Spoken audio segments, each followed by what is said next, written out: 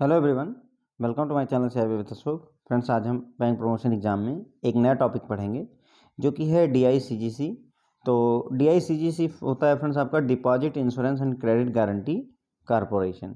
तो जितने भी बैंकों में फ्रेंड्स जो है कस्टमर अपना पैसा डिपॉजिट करता है, उस पैसे को एक इंश्योरेंस प्रोवाइड किया जाता है DICGC के द्वारा। Deposit insurance and credit guarantee corporation होता है।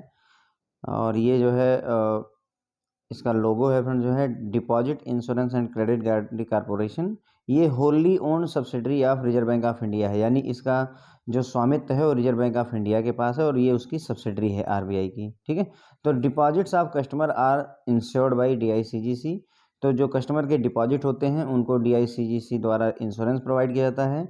ये रिजर्व बैंक ऑफ इंडिया की होली ओन्ड सब्सिडरी है, मतलब पूरी तरह से मतलब जो है ओनरशिप RBI की है और ये उसकी एक सब्सिडरी है। This is compulsory for all bank to get their customers money insured. और ये कंपलसरी होता है, ऑप्शनल नहीं होता है हर एक बैंक के लिए कि वो अपने कस्टमर का पैसा इंश्योर्ड करवाएं। जितने भी कमर्शियल बैंक हैं friend, including branches of foreign bank functioning in India, local area bank RRBs are insured by the DICGC। तो जितने भी आपके कमर्शियल बैंक हैं, यहाँ तक कि जो फॉरेन बैंक है जिनकी हमारे देश में ब्रांचेज हैं, या लोकल एरिया बैंक हैं या RRBs हैं, वो उन सभी को इंश्योरेंस DICGC के द्वारा प्रोवाइड किया जाता है। तो ये बात हमें भी क्लियर हो जाती है। मैक्सिमम कितने अमाउंट तक का जो है पर मतलब कस्टमर ये वो देते हैं इंश्योरेंस, तो ये पर कस्टमर जो है मैक्सिमम 5 लाख रुपए तक का आपको इंश्योरेंस प्रोवाइड किया जाता है। ओके, अभी हम समझेंगे पर कस्टमर का क्या मतलब है। डिपॉजिट इंश्योरेंस का जो प्रीमियम होता है फ्रेंड्स वो बैंक को पे करना पड़ता है। तो इंश्योरेंस का जो प्रीमियम होगा उसमें कस्टमर को कोई पैसा नहीं देना है, आपका पैसा अलग से नहीं कटता है, बैंक को ही डिपॉजिट इंश्योरेंस का जो प्रीमियम कटेगा वो देना होता है।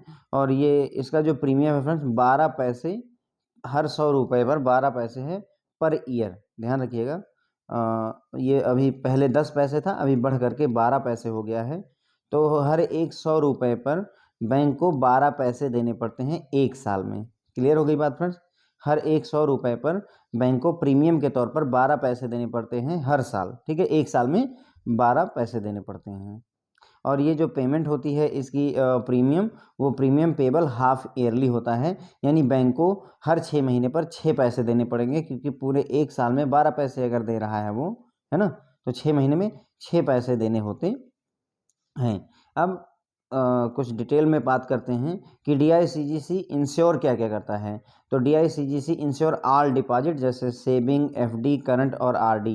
तो कोई एक कस्टमर है, मान लीजिए उसका सेविंग अकाउंट है, उसका करंट अकाउंट है, उसने FD भी करवा रखी है, उसने RD भी खोल रखी है। तो ये सभी अकाउंट मिला करके उसको कुल मिला करके कितने का इंश्योरेंस हम देते हैं, या DICGC देता है 5 लाख रुपए का, मतलब उससे ज़्यादा का नहीं देता है। अब मान लीजिए कोई कस्टमर है जिसके सेविंग अकाउंट में 6 लाख रुपए हैं, उसने 10 लाख रुपए की FD भी करवा रखी है अपने ही नाम पर। मान लीजिए A ने अपने नाम पर FD भी खुलवा रखी है, A ने अपने नाम पर ही सेविंग अकाउंट खुलवा रखा है।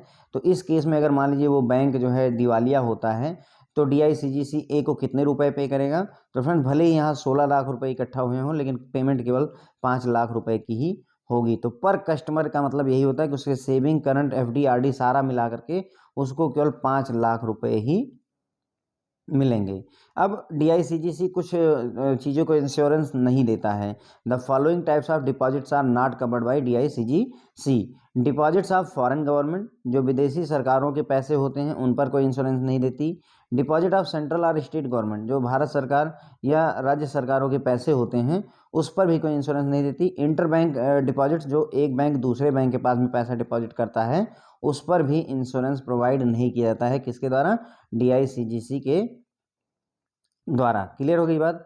Does DICGC insure just the principal on account are both principal and accrued interest? तो आपसे पूछा गया है कि क्या DICGC केवल प्रिंसिपल को इंश्योर करता है या प्रिंसिपल प्लस इंटरेस्ट को भी? तो ध्यान रखिएगा कि DICGC आपको इंश्योरेंस देता है प्रिंसिपल एंड इंटरेस्ट बोथ को मिला करके, लेकिन मैक्सिमम 5 लाख रुपए तक का ही प्रोवाइड करता है।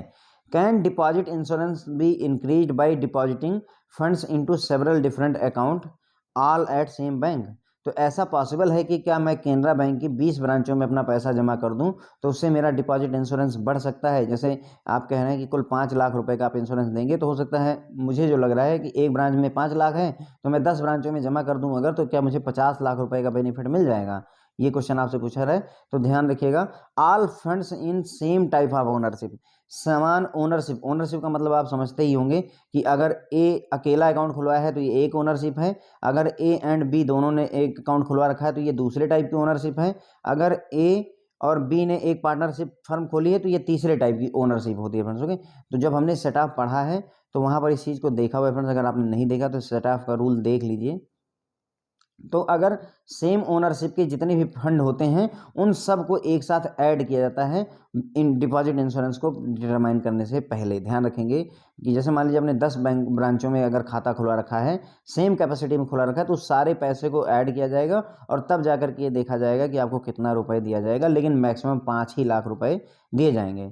If funds are in different type of ownership, अगर जो फंड है वो डिफरेंट ओनरशिप में है या डिपॉजिटिंग टू सेपरेट बैंक या दूसरे अलग अलग बैंकों में जमा है, तो ये सेपरेटली इंश्योर्ड होते हैं। अब इस बात का भी मतलब समझते हैं।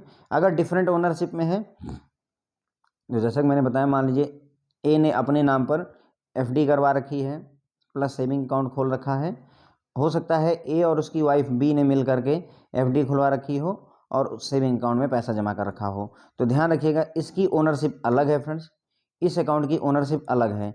तो 5 लाख रुपए इस वाले पे मिलेगा ए को, और ए और बी दोनों को मिला करके 5 लाख रुपए इस वाले पर भी मिलते हैं। ओके, तो ये हो गया कि डिफरेंट डिफरेंट टाइप की अगर ओनरशिप है, पार्टनरशिप फर्म को अलग ट्रीट किया जाता है फ्रेंड्स, प्रोप्राइटरशिप को अलग ओनरशिप में लिया जाता है, और जो ट्रस्ट होते हैं उनको अलग ओनरशिप में लिया जाता है, कंपनी को अलग ओनरशिप में लिया जाता है। ओके, तो इस तरीके से अगर डिफरेंट डिफरेंट ओनरशिप हैं तो हर एक को जो है 5 लाख रुपए का इंश्योरेंस दिया जाएगा। ओके, या आप डिफरेंट डिफरेंट बैंकों में अपना पैसा डिपॉजिट करते हैं तो वहाँ पर भी सेपरेटली आपको इंश्योरेंस प्रोवाइड किया जाता है। अब यहाँ अगला क्वेश्चन देखिए, are deposits in different bank separately insured, क्या डिफरेंट डिफरेंट बैंकों में जो हम पैसा जमा करते हैं वो सेपरेटली इंश्योर्ड होते हैं? तो yes, if you have deposited with more than one bank, deposit insurance coverage limit is applied separately to the deposits in each bank. तो ये अच्छी बात है, जानकारी भी बहुत बढ़िया क्वेश्चन है ये अपने आप में, और हमारे लिए भी एक बेनिफिट का काम है कि यदि आप अपना पैसा मल्टीपल बैंकों में जमा करते हैं और वो बैंक अगर लिक्विडेट होते हैं तो आपको हर एक बैंक से 5 लाख रुपए आपको जरूर मिल जाते हैं। तो यानी अगर किसी व्यक्ति का SBI में भी अकाउंट है, मान लीजिए उसका PNB में भी अकाउंट है, मान लीजिए उसका केनरा बैंक में भी अकाउंट है, तो हर एक बैंक में उसको अलग अलग 5-5 लाख रुपए का इंश्योरेंस कवर मिलता है। अब सवाल यह है कि DICGC पेबल मतलब लाइबल टू पे कब होता है, मतलब DICGC पेमेंट कब करेगा? तो if any bank goes into liquidation, अगर कोई बैंक जो है मतलब दिवालिया हो जाता है, उसको बेच दिया जाता है और उसके एसेट्स को बेच करके पैसे अर्न करके कस्टमर का पैसा चुकाया जाता है, लिक्विडेट किया जाता है, then DICGC is liable to pay the liquidator. अब उस व्यक्ति को पे करेगा जो लिक्विडेटर का काम करेगा, जो इसको लिक्विडेट करेगा, सारे एसेट्स बेचेगा, उस लिक्विडेटर को DICGC क्लेम मनी दे देगा। Amount of each depositor up to ₹5 lakh. तो 5 लाख रुपए तक का जो है हर एक जो डिपॉजिटर है उसका 5 लाख रुपए तक का 2 महीने के अंदर अंदर दे देगा, from the date of receipt of claim from liquidator. Liquidator से जो क्लेम की रिसिट मिलेगी उसके आधार पर, मान लीजिए लिक्विडेटर ने कहा कि कुल 100 करोड़ कस्टमर हैं या मान लीजिए 10 करोड़ कस्टमर हैं, तो हर एक कस्टमर का 5 लाख रुपए या जो भी उसका बनता है उस हिसाब से 2 महीने के अंदर अंदर लिक्विडेटर को दे दिया जाता है। अब लिक्विडेटर का काम है कि वो पैसा उस कस्टमर को दे दे जिसका है। तो DICGC किस केस में काम आता है? जब कोई बैंक लिक्विडेशन में चला जाता है। Can any insured bank withdraw from DICGC coverage, क्या कोई इंश्योर्ड बैंक विड्रॉ कर सकता है DICGC से? No, it is not possible. The deposit insurance scheme is compulsory and no bank can withdraw from it. तो डिपॉजिट इंश्योरेंस मतलब जो है, जो स्कीम है वो कंपलसरी है फ्रेंड सभी बैंकों के लिए, और कोई भी बैंक इससे विड्रॉ नहीं कर सकता है। तो ये बातें हो गई फ्रेंड DICGC के बारे में। DICGC का फुल फॉर्म हमने देखा, deposit insurance and credit guarantee corporation. ये सिंस 1961 है और ये होली ओन सब्सिडी है किसकी? रिजर्व बैंक ऑफ इंडिया की। जो कस्टमर का पैसा होता है उसको DICGC इंश्योरेंस प्रोवाइड करता है। RBI की होली ओन सब्सिडरी है और सभी बैंकों के लिए स्कीम कंपलसरी है, कोई भी विड्रॉ नहीं कर सकता है। अपने कस्टमर का पैसा आपको इंश्योर करना होगा और आपको खुद ही उसका प्रीमियम बियर करना पड़ता है। इसके लिए बैंक को ही लॉस होता है, एक तरीके से कह लीजिए। कस्टमर से एक पैसा भी नहीं लिया जाता है। जितने भी कमर्शियल बैंक हैं, चाहे वो विदेशी बैंक क्यों ना हो, हमारे देश में अगर फंक्शन कर रहे हैं, लोकल एरिया बैंक हो गए, आरआरबीज हो गए, इन सभी को अपने पैसा जो है डीआईसीजीसी में इंश्योर करवाना पड़ता है। मैक्सिमम 5 लाख रुपए पर अकाउंट जो है इंश्योर किया जाता है डीआईसीजीसी के द्वारा। ये कब से है? 4 फरवरी 2020 से ऐसा हुआ। पहला फ्रेंड्स जो है पहले 1 लाख रुपए था। ओके, तो ये बात हो गई। उसके बाद में डिपॉजिट इंश्योरेंस प्रीमियम जो है, जो डिपॉजिट इंश्योरेंस के लिए पैसा दिया जाता है डीआईसीजीसी को, उसकी जिम्मेदारी बैंक की होती है। 100% जो प्रीमियम है वो कौन पे करता है? बैंक पे करता है, कस्टमर नहीं पे करता है। अभी प्रीमियम कितना है? तो 12 पैसे आपको देने होते हैं हर 100 रुपये पर। हर 100 रुपये पर 12 पैसे आपको देने होते हैं 1 साल में, पर एनम कह लीजिए। 1 साल में हर 100 रुपये पर 12 पैसे देने होते हैं। और इसका जो पेमेंट का शेड्यूल होता है वो 6 महीने पर होता है। हर 6 महीने पर आपको प्रीमियम पे करना पड़ता है। तो ये half yearly payment premium payable होता है, इसलिए 12 पैसे में से आधा आपको 6 पैसे हर 6 महीने पर देने पड़ते हैं। डीआईसीजीसी क्या कवर करता है? तो आपका सेविंग, करंट और एफडी, आरडी सारा कुछ कवर करता है। डीआईसीजीसी क्या नहीं कवर करता है? तो जो बैंकों के आपस में डिपॉजिट होते हैं, या जो सरकारों के, केंद्र सरकार, राज्य सरकार के डिपॉजिट होते हैं, या विदेशी सरकारों के जो डिपॉजिट होते हैं, उनको डीआईसीजीसी द्वारा इंश्योरेंस प्रोवाइड नहीं किया जाता है। डीआईसीजीसी जो आपको इंश्योरेंस प्रोवाइड करता है फ्रेंड्स, वो प्रिंसिपल प्लस इंटरेस्ट पर देता है। मान लीजिए किसी कस्टमर का जो प्रिंसिपल है वो 4 लाख रुपए है और प्लस उस पर इंटरेस्ट मान लीजिए 30,000 रुपये का लगा है, तो उसको कुल मिलाकर के बेनिफिट 4,30,000 रुपये का मिलेगा। ऐसा नहीं कि केवल प्रिंसिपल 4 लाख रुपए का ही मिलेगा। मान लीजिए कोई कस्टमर है जिसने 6 लाख रुपए प्रिंसिपल जमा किया है और उस पर 50,000 रुपये का इंटरेस्ट लगा हुआ है, तो कुल मिलाकर के 6.5 लाख रुपए हो रहे हैं, लेकिन मिलेगा उसको मैक्सिमम 5 ही लाख रुपए। ओके, तो डीआईसीजीसी बेनिफिट किस पर देता है? प्रिंसिपल प्लस इंटरेस्ट बोथ पर। ओके, ये क्या मैं अपना मल्टीपल ब्रांचेज में अगर पैसा जमा कर दूं, डिफरेंट अकाउंट में, मल्टीपल ब्रांचेज में, तो क्या मुझे बेनिफिट बढ़ जाएगा? तो नहीं बढ़ता है। अगर सेम बैंक में ही, अगर मान लीजिए आपने 10 ब्रांचों में खाता खोला हुआ है, तो सारे पैसे जोड़ करके फिर ये देखा जाता है कि आपको मैक्सिमम 5 लाख रुपए ही दिए जाएंगे। तो फिर कैसे मैं जो है इसको बढ़ा सकता हूँ? तो आप जो ओनरशिप का अकाउंट है, मतलब अकाउंट की जो ओनरशिप है उसको बदल दीजिए। मतलब अपने नाम से खाता खुलवाइए, अपने और अपने बेटे के नाम से खाता खुलवा लीजिए, अपनी वाइफ के नाम से खाता खुलवा लीजिए, है ना, जॉइंट अकाउंट खुलवा लीजिए, या कोई प्रोप्राइटरशिप फर्म के नाम से खुलवा लीजिए। इस तरीके से अगर आप मल्टीपल ओनरशिप में खाता खोलते हैं तो हर एक में 5 लाख रुपए का इंश्योरेंस मिलता है। या आप अलग अलग बैंक में जमा कर दीजिए, कुछ पैसा एसबीआई में डाल दीजिए, कुछ पैसा इलाहाबाद बैंक में डाल दीजिए, यूनियन बैंक में डाल दीजिए, तो वहाँ पर भी आपको बेनिफिट मिल सकता है। क्या डिफरेंट बैंकों के जो डिपॉजिट होते हैं वो सेपरेटली इंश्योर्ड होते हैं?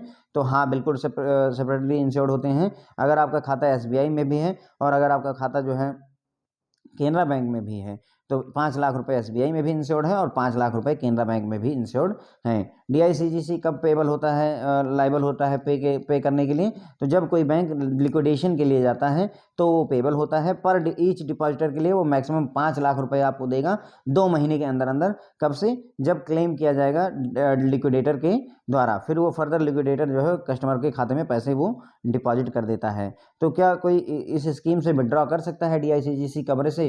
कोई बैंक है वो चाहता है कि हम डीआईसीजीसी का कवरेज नहीं लेंगे, तो फ्रेंड ध्यान रखिएगा, it is not possible. No, the deposit insurance scheme is compulsory and no bank can withdraw from it. तो कोई भी बैंक विड्रॉ नहीं कर सकता है, ये एक कंपलसरी स्कीम होती है। ठीक है फ्रेंड्स, होप है आप लोगों को समझ में आया होगा। Thank you so much.